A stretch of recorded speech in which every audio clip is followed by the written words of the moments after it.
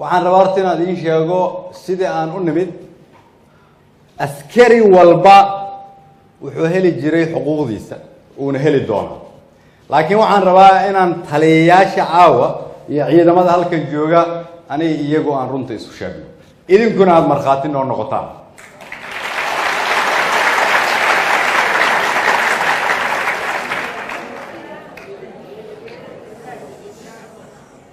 laylada ma hadle waxaan rabaa inaad dhageysataan mushaarka ciidamada waxaa bixin jiray dowladaha Mareykanka Turkiga isu taga Imaaraadka Carabta waxay ku bixin jireen malaayiin dollar hadda lacagtii ay bixin jireen iyagu ma bixiyaan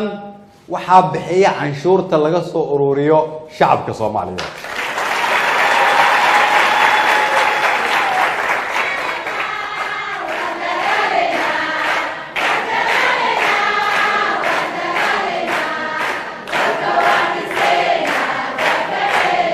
waxaan markaa rabaa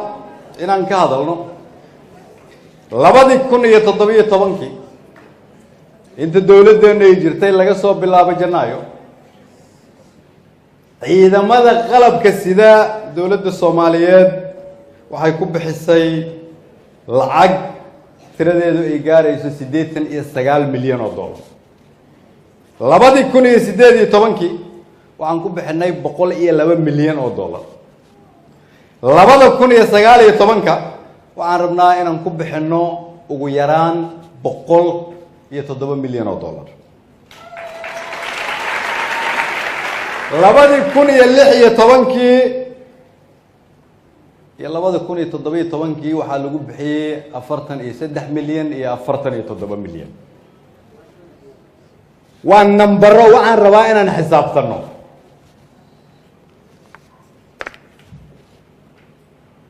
waxaan bilownay hadda in dib habeyn lagu sameeyo ciidamada qalabka sida taliyayaasha waxaan ka codsanay in askari walba la diiwaan geliyo mushaarkiisa markii suulka gacanta loo saaray kadib loogu rido bangiga si toos ah askari walba oo la diiwaan geliyeyna inuu ahaado askari jooga meeshii loogu talagalay inuu ka shaqeeyo waxaan rabaa askari walba oo Soomaaliyeed oo imaqlaaya inuu maqlo dib habeynta aan ku bilownay ciidamada in lagu sameeyo shaqaalaha waa lagu soo sameeyay sababta aan ciidamada ugu sameynayna waxay tahay haddii aan ciidankana dib habeyn lagu sameyn boqolaalka milyan haddaanay toos idinka idiin soo gaarin adduunyadu ma aaminayso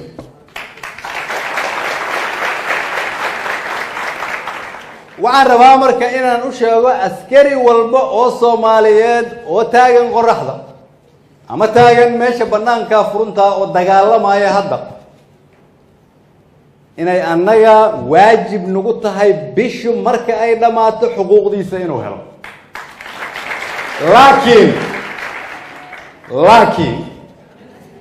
waxaan la aqbalayn inaad xuquuq ka qaadato dawladda Soomaaliya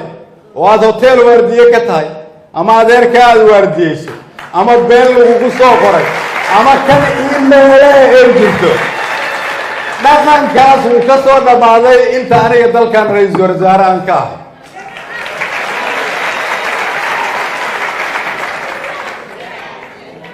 wiilashaas dhalinta yar oo raba naftooda inay huraan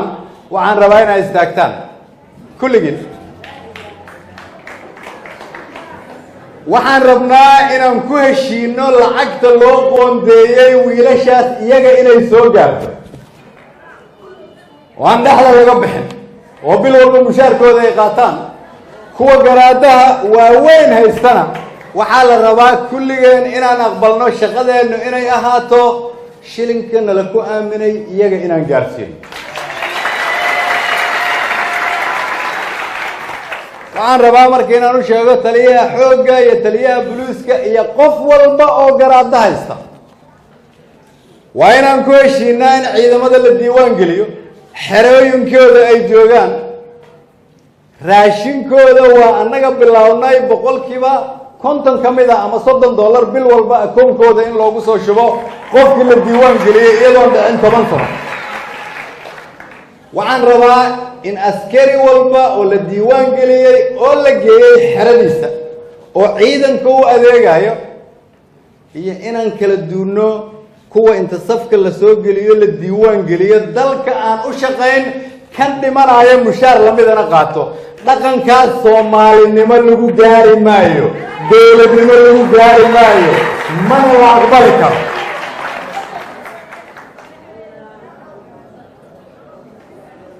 ma khalad baa intaasi inaan isu sheegno ma khalad baa intaas la idiin sheego indha qarshe iyo Bashiir waxaan ka rabaa askari walba oo diiwaan gashan oo dalka u adeegaya mushaarkiisa raashinkiisa iyo daryeelkiisa inay aniga iigu yimaadaan laakiin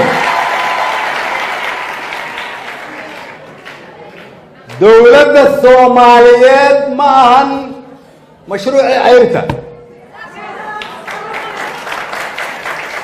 ciidankuna waa meeshii ugu dambeysay oo dhaqankaasi uu ka dhici lahaa maalmahan marka waxaa la lahaa ciidamo ayaan mushaar la siin qof aan mushaarkiisa iyo xuquuqdiisa la siin ma jirto inta ay ka maqan tahayna waa intaan la diiwaan gelin fadlan geeya goobaha loogu talagalay ku diiwaan geliya ku kontaroola ku haya xuquuqdoodan aniga iga soo doona markhaatina ka ahaada Soomaaliyeed